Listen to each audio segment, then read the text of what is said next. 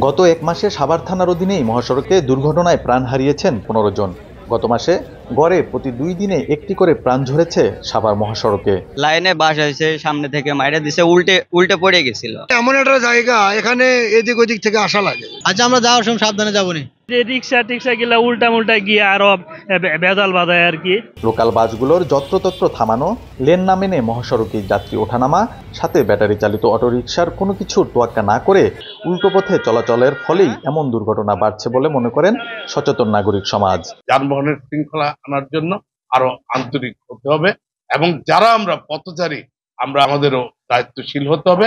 দ্রুত মহাসড়কে ব্যাটারি চালিত রিকশা চলাচল নিয়ন্ত্রণ করা, ট্রাফিক ব্যবস্থা আরও কার্যকর এবং যাত্রী ও চালকদের সতর্কতা না বাড়ালে সড়ক দুর্ঘটনা কমবে না বলে মনে করেন নিরাপদ সড়ক আন্দোলনের কর্মীরা।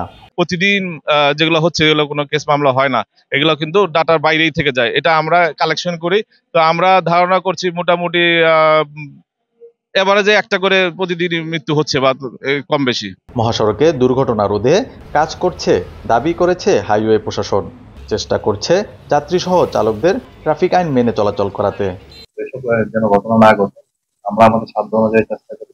জনগণের প্রতি আমাদের আহ্বান থাকবে তারা যেন ট্রাফিক রুলস মেনে গাড়ি চালায়। সাভারে সড়কগুলোতে দুর্ঘটনার সংখ্যা দিন দিন বেড়েই চলছে। ঝরে যাচ্ছে তাজা প্রাণ এবং বাড়ছে লাশের মিছিল। হঠাৎ করে ধ্বংস হয়ে যাচ্ছে একটি পরিবার।